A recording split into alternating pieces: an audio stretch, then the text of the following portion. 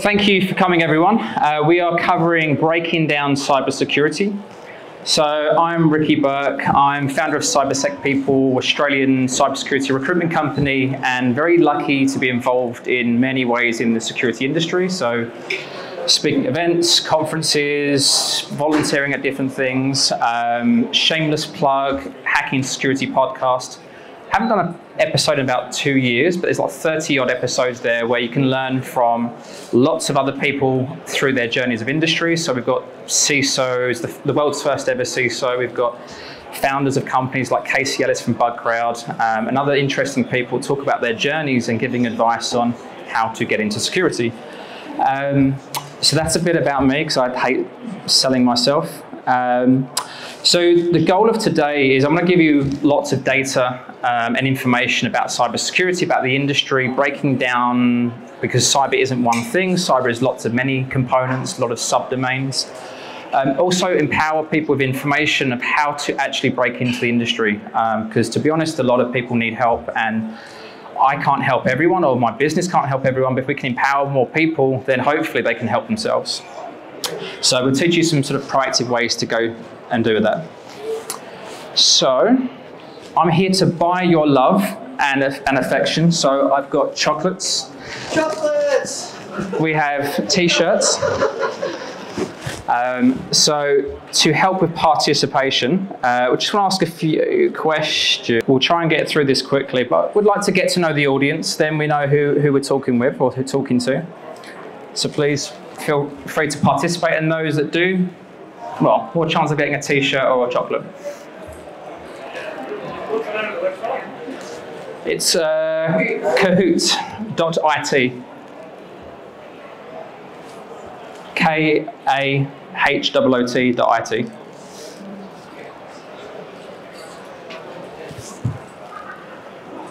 I like the image, Eloise. Yeah.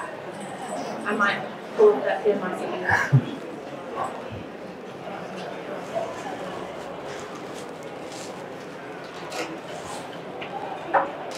I'll give it 10 more seconds and then we'll jump straight into it.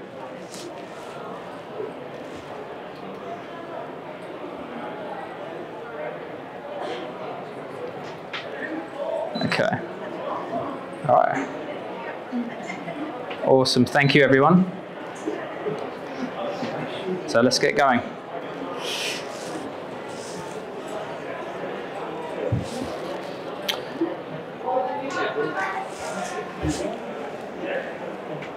There's no right or wrong answer, and no judgment.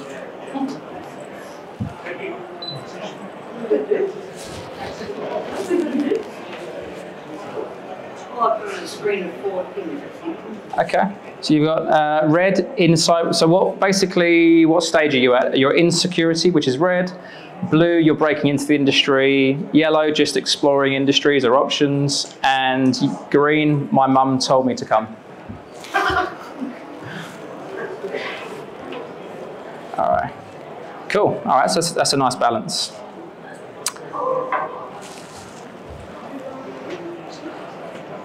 I'm always curious on this one, and there's no right or wrong answer here as well. So who wants to be a pen tester? Red for yes, blue for no, yellow, I don't know.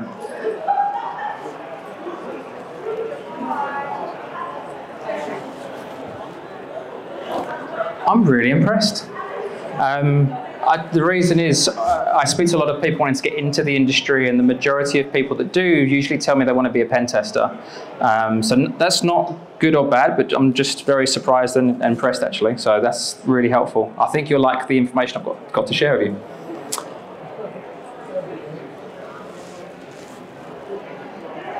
So what percentage of jobs on a monthly basis are in pen testing? Red is sub 5%, blue between 5 and 10, yellow 11 to 15, and 16 or above, green.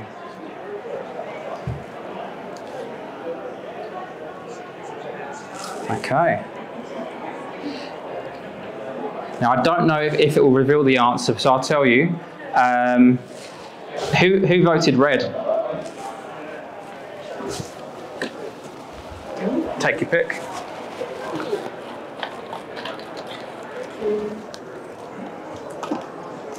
Ricki. And who else? Oh, me, but No? Okay. All right, so yeah.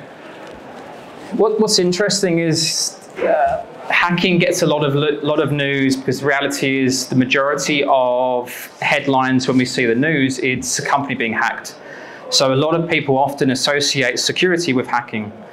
The reality is, and you'll see some stats next, but essentially approximately 3 to 4% of jobs advertised are pen testers.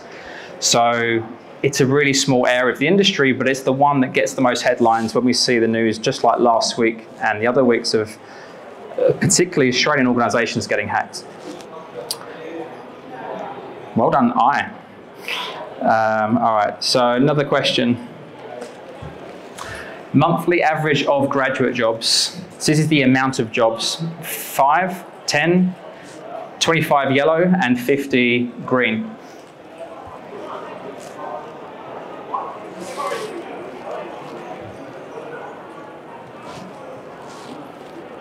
All right. We've got to wait a few seconds for this. So I've got to be honest, this one really makes me sad. And the reason is, it's less than 5 jobs on average. So just for context, at the end of each month, we go to Seek, we look at the amount of jobs in cybersecurity. We then break down those jobs and then understand how the makeup of the industry looks like. And there are not many entry-level roles. So for those companies that actually do hire entry-level security people, I take my hat off to you because not many companies do. But on average, we're looking at 5 jobs on average per month, which is just pretty bad, to be honest. Sorry to give bad news. I'll tell you what I'm going to do. For the sake of timing, I'm going to skip this next one and get back on with the actual presentation. So just to clarify, information on this presentation all publicly available via Seek and LinkedIn. We're not using any fancy tools or stuff like that. So one of the biggest questions I get asked on a weekly, monthly basis is how's the market? And the reason is the market is always changing, and the last 3-4 months they've really changed. So we're seeing the headlines of Google, Facebook, all these big tech companies that are essentially making layoffs. Amazon yesterday doing their second layoff, 9,000 people, predominantly in the AWS space, so cloud security people or cloud people. It's a really, really weird time. So people are getting a bit nervous. And the really interesting thing is you've got headlines and then you've got reality. And for me, sometimes they're the same, sometimes they're different. And for me, they're very different right now. So we've been tracking, again, at the end of each month, we go to Seek, we go to the number of jobs in cybersecurity, and we look at that number, and we track that number. So if we see a bit like a sort of stock market chart here, essentially this is COVID back in 2020 when things were really strange, even more than now.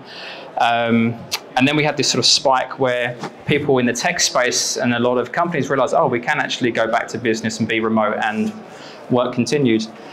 And a lot of companies grew, but we've got a very narrow sort of movement here in terms of where the jobs were, but they're sort of kept a nice narrow range. We had a few highs of sort of jobs in the space.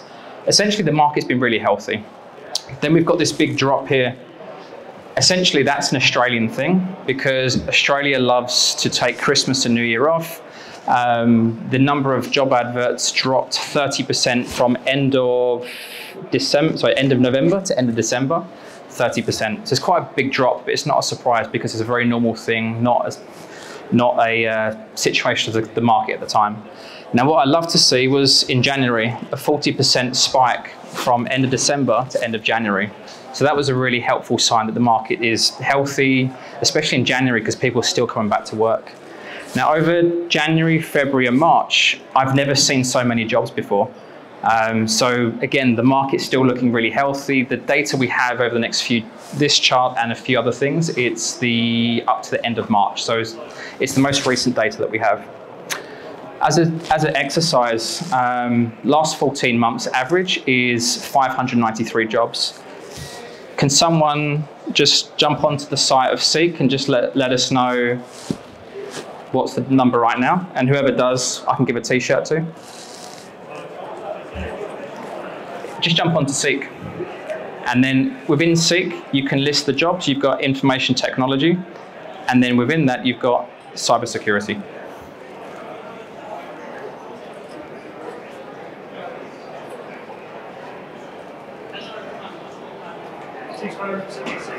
Okay, there we go. Jacob, what size? Large. All right, get me at the end. So what was it? Sorry, 676. So when we talk about the market, again, the market, there's a lot of headlines, bad news, but right now we're still way above, approximately 13-14% above what the jobs are doing historically. So for me, we're in a really good spot. That doesn't mean that everything's going to be great forever, but right now I think we've got to have some context that yes, there's bad headlines, but the underlying things of the market in cybersecurity, we're in a really lucky space. So there is demand, there are jobs, but then I guess the thing is where are the jobs? So apologies if you can't see from the back, but essentially this is what the cybersecurity industry looks like when you break it down by jobs. So a really interesting trend is historically, GRC, so governance, risk management, compliance, has been the biggest area of cybersecurity where most jobs have been. Essentially, GRC and risk, it's the oldest area of security. It's always been #1 in terms of job adverts. And about 2-3 months ago, that changed for the first time.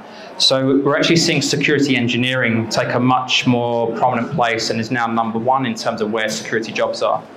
But even still, let's just say approximately 21% security engineering, 20% GRC. So between those two areas, we're talking sort of 40+%, which is a big part of the industry. And then we've got security operations. That's your incident response, SOC analysts, security analysts, threat hunting, threat intel, making up about 14%. Analysts, we don't help ourselves in this industry. We'll talk about job titles later, but analyst is just very vague and hard to break down.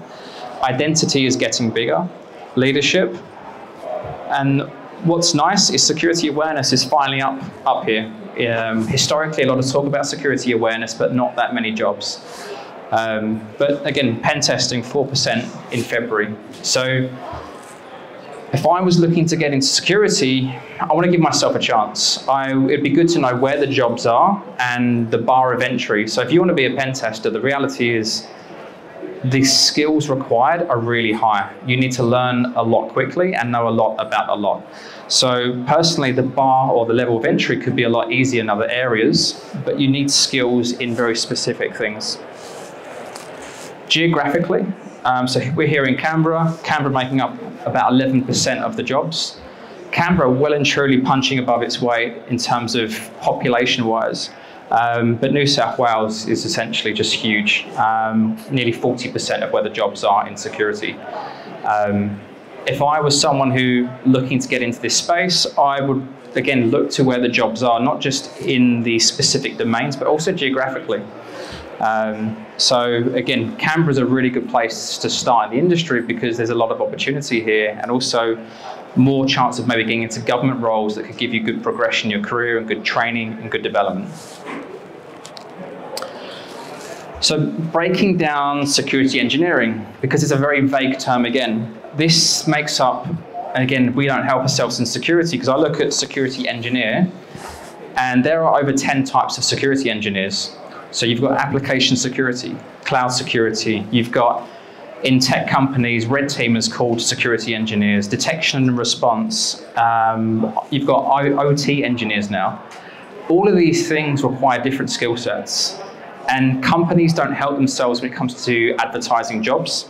So often it's security engineer, and then you look at the job description, it may not make sense.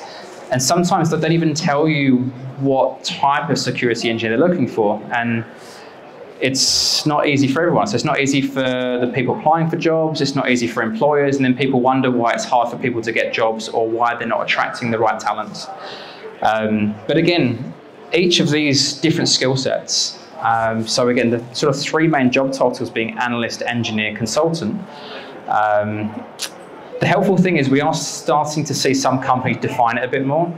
So we are seeing cloud security engineers, application security engineers, but it is still few and far between. So if you ever look at a job description and you're unsure, my advice is just reach out to someone and ask, because the worst case is you don't hear back. Best case is someone can actually tell you what they're really looking for, and that may help with your application.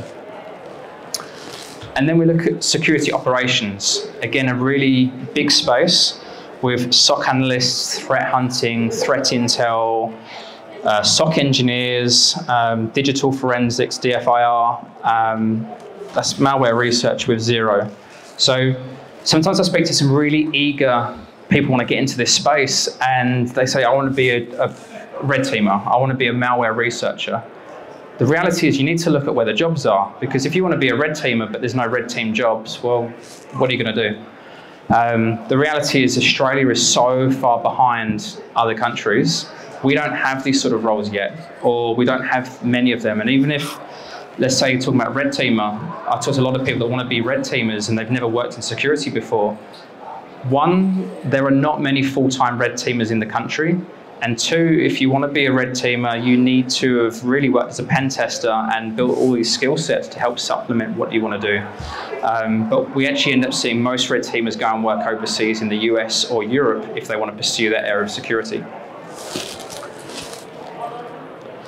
So doing some further analysis, when we look at these are basically the biggest employers in cybersecurity in Australia over the last 10 months. According to LinkedIn. So it's interesting when you look at the size of it, you look at the growth. So the biggest employer is Telstra. The largest growth we've seen is CyberCX. A lot of that sometimes comes through acquisition, but also hiring a lot of people. That shouldn't be, I don't know what that is, but let's call it 4% or 5%. And the attrition is always interesting. So just to clarify, for those that can't see it, we've got the companies, number of professionals, growth, job posts right now in security. With CBA 82, Deloitte with a whopping 192. So a lot of that will be graduate roles, because now is the time of the year where a lot of companies are hiring grads or posting for grad adverts. But we're seeing a lot of attrition. There's been a huge amount of movement in the industry, which I'll talk about on another slide as well. And talking about underlying trends, so we spoke about GRC. GRC actually gone backwards. So when I look at the first 6 months of 2022 versus February, we've actually seen a decline of approximately sort of 10, 15, or 15+% there in GRC roles.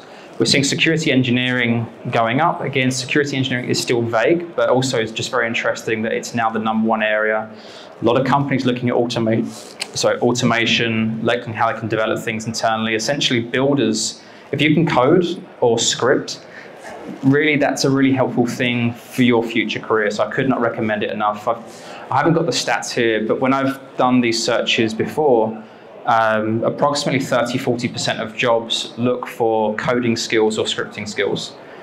So if you want to give yourself some options, they're not bad things to learn in your spare time. Identity, which is an interesting thing, we're definitely seeing more demand in that. Again, comparatively to other areas, it's still quite small, but identity is getting bigger and bigger, especially with the adoption of cloud and things like that. Threat intel, it's very steady. 11 was the average for first 6 months of last year, and 11 last month. So it's an area that's like the incident response of 4 or 5 years ago. It's emerging. It's for companies that don't quite have that maturity, or so that have the maturity level, so they tend to be more enterprise businesses or very developed security MSSPs. And I'm really pleased to see security awareness and culture. They're so sporadic, the roles historically, but seeing 10 roles advertised last month is just awesome. So a lot of companies talk about the need for working with people, working on the human side of security, developing things and the actual culture. Not many companies actually hire for it. So for them to create those roles, I think it's a really good step. I know we've got some people here that are in that space. I'm sure they'll appreciate that too. And then we look at the emerging areas. So just talking about threat intel, again, it's emerging. Companies struggle with that role when it comes to hiring because the pool of talent in this country is tiny. Operational technology, OT, really good to see this coming through now. So because of rules and regulations, there's more onus on organizations to basically get their crap together. And we're seeing more demand in the sort of cyber/OT space. Red team, it's a nice buzzword, but there's not many red teamers in Australia. Purple team, you might hear more about that. Purple teaming is basically red team or offensive security testing the defenses of the SOC and then working with them to enhance that. That's not really a job, it's more of a strategy, it's more of a sort of action plan and taking sort of action against it really. We spoke about awareness and product security, that's up and coming. If you look at the US, there's a lot more product security engineers over there, and it's good to look at, just for a general awareness, if you want to sort of glimpse into the future as such, if you look at Indeed, that's like a massive jobs website, it's really bad over here. It's much bigger in America. If you look at Indeed in America, then you can get a good idea of essentially jobs. And I even use this with customers when they create a job sometimes for the first time. We look at what are companies in America doing, looking at the job adverts and trying to break things down just to get some advice or guidance on other companies that maybe are a bit more mature than those organizations over here. We've got the CORI framework, so that's more specifically for your financial institutions, your banks that have to comply by this. So that's why we've seen an uptick in terms of the threat intel space. We talk about red teaming. I've got to be honest, I've never heard anyone in all my years say gold team exercise. I've heard tabletop exercises a lot more used. So CISOs like to do a bit of tabletop exercises. But essentially, if you're in the financial industry or want to get into the financial industry, this is a good thing to understand. There's a lot of things to read through, but essentially, there's a lot of pages to read if you want to learn about the CORI framework. This is more I just found interesting. So if I look at cybersecurity in Australia, this is going by LinkedIn stats. So if we look at the professionals on LinkedIn in Australia, 23% of people have moved jobs in the last 23% in the last 12 months. Comparing that to other places, interestingly, there's a lot higher numbers. Our cousins over in New Zealand, 26%. Israel, a lot smaller country, 29%. The thing I found really interesting was, I know California isn't actually a country, but when you look at 40 million people versus the 26, 27 here, it's a country in itself in terms of population size. But only 15% where basically the sort of tech capital is of the world have only moved jobs 15%, which again, I think is quite interesting. But the market's been really hot. The market, if you talk to any sort of hiring manager out there, they complain about skill shortage, and that's something we can cover as well. But essentially, yeah, we're not job hoppers over here, maybe compared to some other countries. And then going by LinkedIn, these are the top 20 skills, according to LinkedIn, that people have on their LinkedIn profile. So technically, I wouldn't call cybersecurity a skill, but other things in terms of the fundamentals of network security and cloud computing definitely is. The thing I find like common themes here is that what people fail to forget is like cybersecurity isn't this one standalone magical thing over here. Cyber sits on top of other things. So essentially, cyber is IT, or sits on top of IT. So if you know firewalls, you know Windows, Python, you know Linux, ITIL, or risk management, these are the building blocks, these are the foundations of cybersecurity. So a lot of people, when they approach us, they want to get into security, is like they want to learn how to get into cyber. Sometimes I try and recommend people try and learn IT first, understand how things actually work, because regardless which pathway you go down, it's a good idea if you know how things work. So if we look at the majority of cybersecurity professionals in the industry that have been in the space for say more than 3 or 5 years, a lot of them used to work in a lot of them were IT professionals. So they were system engineers, they were developers, they were infrastructure people. If you know how things work, you know how to break or fix them. And essentially that's where cyber sits on top. So there's always this push for cybersecurity degrees, cybersecurity boot camps. For me, I think learning the fundamentals is a really good place to start. And I feel like a lot of people are trying to sort of take shortcuts to get into the industry. So job titles are such a pain in the ass. So 3 job titles: consultant, analyst, engineer. I could look at, there was Jacob, who was getting the t-shirt later. Jacob, who in his most recent past before promotion would be security consultant. He's in the GRC space. There'll be someone in his business, in say his Perth team where he works, that's also a security consultant. That person's a pen tester. That doesn't help. You could not get more different in terms of skill sets. So companies don't help themselves. I think some companies are getting better defining roles. They are getting better at sort of adding a bit on the end with GR or security consultant, then in brackets, whatever the sort of definition of the role is. But as someone who's applying for a role, it's not helpful. So my advice is the more you can understand the job itself in terms of reading the job description, trying to understand what area of security does it really lean towards. Because I talk to a lot of people that want to get into cyber, and the thing is they don't know what they want to do. They just want to get their foot in the door. And the problem is the skill sets for one role are very different to the other. And when the competition is so high, when we talk about, again, going back to the slide earlier, that was it 5 jobs or whatever it is per month advertised in as graduate roles, you're competing with, it could be hundreds of people. So how on earth do you stand out? And that's what we're going to talk about, is standing out. So job hunt like a hacker. I really recommend this blog, by the way. So a guy called Adam Baldwin, Red Team lead, again in America because Red Team is a thing over there, at Okta. But essentially the sort of takeaway points is curiosity, creativity, respect for diversity of thought, and being tenacious. If you can take those ideas and that approach to your job hunting and being proactive, then you can really help yourself. And it's great that people are here today at a conference, because we're going to talk about networking. I don't mean networking as in IT networking, but people networking. So I try and put myself in a position of a job seeker, as someone who essentially is looking for a job. And it's not just a job, but the right job for them, and also matching it for the company, the right job for that company.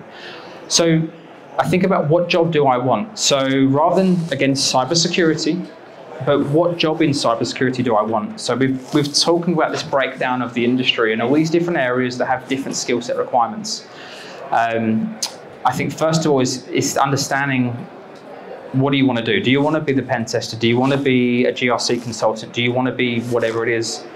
Work backwards. So know the job you want to work in, then essentially go and learn the skills that you need in that role.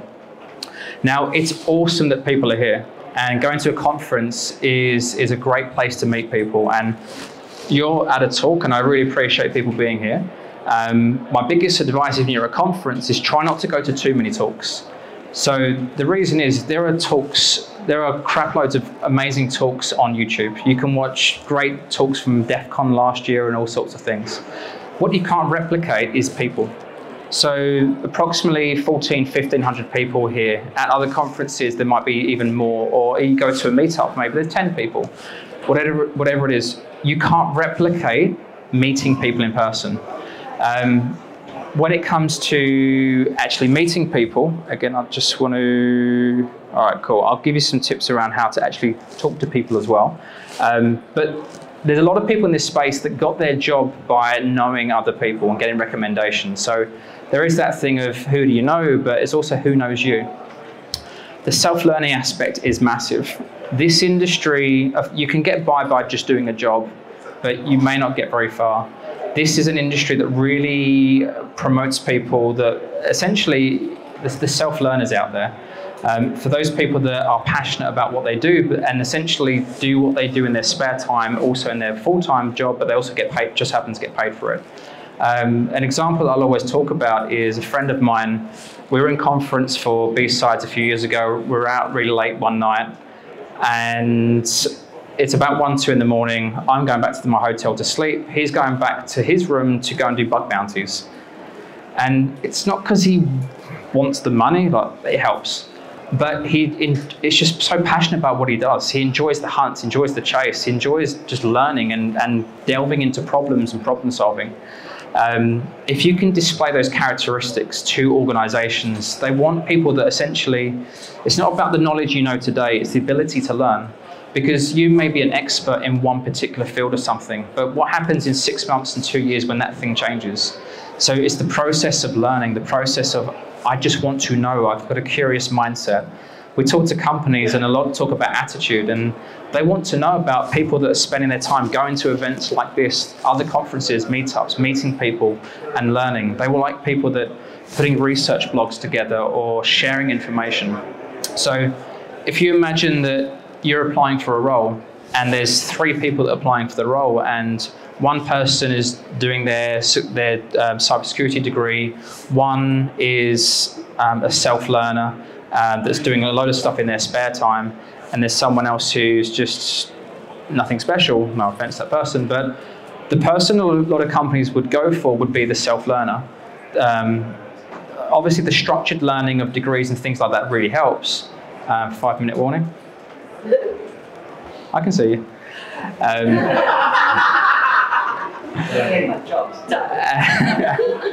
You could have just handed it from there. Essentially, the self-learners are always going to stand out, and I'm very conscious of time, so thank you, Richard. I was going to do a live demo, but I can't. So what I would do is I've figured out I want to be this role. I search for the role on LinkedIn or Seek. I then go to the company's profiles advertising the job.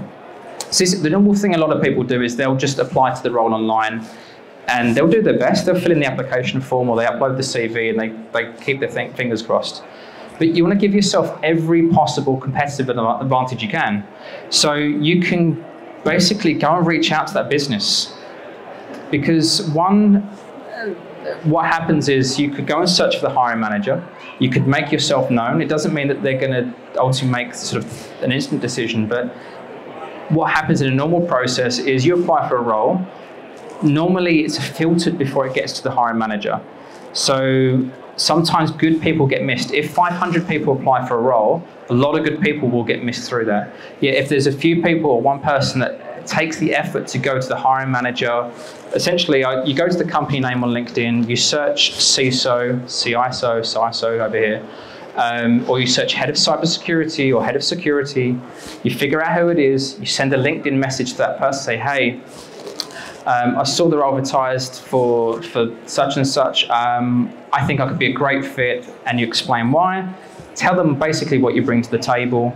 If you have any questions, please let me know. You're not demanding, you're just creating awareness. You've got much more likelihood of that hiring manager then going to someone from HR or talent acquisition and say, hey, can you share this person's profile with me? Because ultimately, you're relying on someone from HR, talent, or recruitment to then do the filtering, and then it gets to the hiring manager, and that's where good people can get missed out. What's also important is the preparation. So a lot of people, I think, don't think about interviews from a two-way perspective. So when you're interviewing, it's not just about the company interviewing you. You're also interviewing the company. If everything goes to plan, you've got a decision to make. And that decision is, do I accept the offer? So with any sort of, essentially making a decision, you need as much information as possible. So the interview process is about gathering information. It's an information gathering exercise. You need questions. Too many people I've spoken to in the past don't really have enough questions. They feel like the onus is on the company to interview them, and sometimes people are a bit nervous about it. But if you can go with questions around what does the job look like, what does the career look like, there's so many proactive questions you can be asking to ultimately help you with your decision-making process. And also the preparation side of things.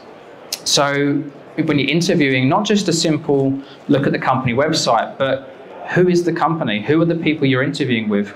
Go to their LinkedIn profiles. Do you have any mutual connections? Have you worked in the same organizations before? Are there any sort of crossovers information you can let them know? Doing some really good in-depth research on the business. Is there something you could let them know about recent news or something where you can show, hey, I give a crap, I'm actually interested in this job. Spoken about the difference of skills. And again, I want to leave you with some networking tips. So it's really daunting going to an environment, going to an event like this if you don't know anyone. And I've got to say a lot of respect for people that do, because essentially people want to get into this space, but you don't always know where to start. And if you don't have any contacts, you don't have any relationships, or you go to someone like this, you think you're the outsider. And I've been there myself. Going to my first meetup 7 years ago, I was so nervous. And I went to a very technical security meetup in Melbourne, and I thought, what the hell is a recruiter doing going to this meetup with these bunch of hackers? And the people could not have been more welcoming, because I was just there to learn. I was there to network. But when you go to something like this, it can be quite daunting, where there's 1,000+ people. Where on earth do you start? So you can start by making small targets. So what I mean by is, let's say we've had lunch break, but you've got, say, a break coming up soon, where you might say, okay, in this next hour or 2 hours, I'm going to try and speak to 2 people. And that can be someone standing over there, or there's a queue for something. It's just talking to the person in front of you, turn to the person behind you, just asking some questions. Hey, how are you? Open questions. How's your day? What do you do? Or how have you found the session so far? What sessions have you gone to? What have you found most interesting? You never know where these conversations lead. I know people that have got jobs directly from being at conferences. I know people that have end up having a relationship with someone, like finding a partner on the back of being at a conference. So you just never know. And you may not meet the hiring manager that was going to hire you into a role for the future, but what's likely is you could meet someone who could refer you into a business. So a lot of companies are hiring. So if you speak to most people, a very large percentage, how long have I got to cut right now? 1 minute, thank you. Most people are hiring. So if you speak to someone, chances are their company is hiring. And if they meet someone who is passionate about what they do, they think culturally could be a good fit for their business, then they're much more likely to refer you to their manager. And you getting a referral to the manager, you've got so much more of a chance of, one, getting an interview than being one of 500 people and you're just another number. In terms of conferences, I've seen people that are here that are volunteering. Awesome. It's a great way to meet people as well. So any way you can get involved in an event, in a conference, any way you can try and meet new people is excellent. Skill shortage. I've seen this thing for years where you see this, there are 3.5 million open jobs in cybersecurity. I don't think there's a skill shortage. I think there's a shortage of companies willing to hire people without the cybersecurity job title. When we think about it, again, going back to most people, we're hiring them for what they know in a specific area or a foundational skill set. It's not always the security stuff. It's the combination of both that makes them great at what they do. So I just wish, and I'm going to work a lot on this, is trying to empower or advise or create awareness of companies to try and essentially give more opportunities to people that don't have the title but have the skill sets, and most importantly have the passion to proceed in cybersecurity. And that's me.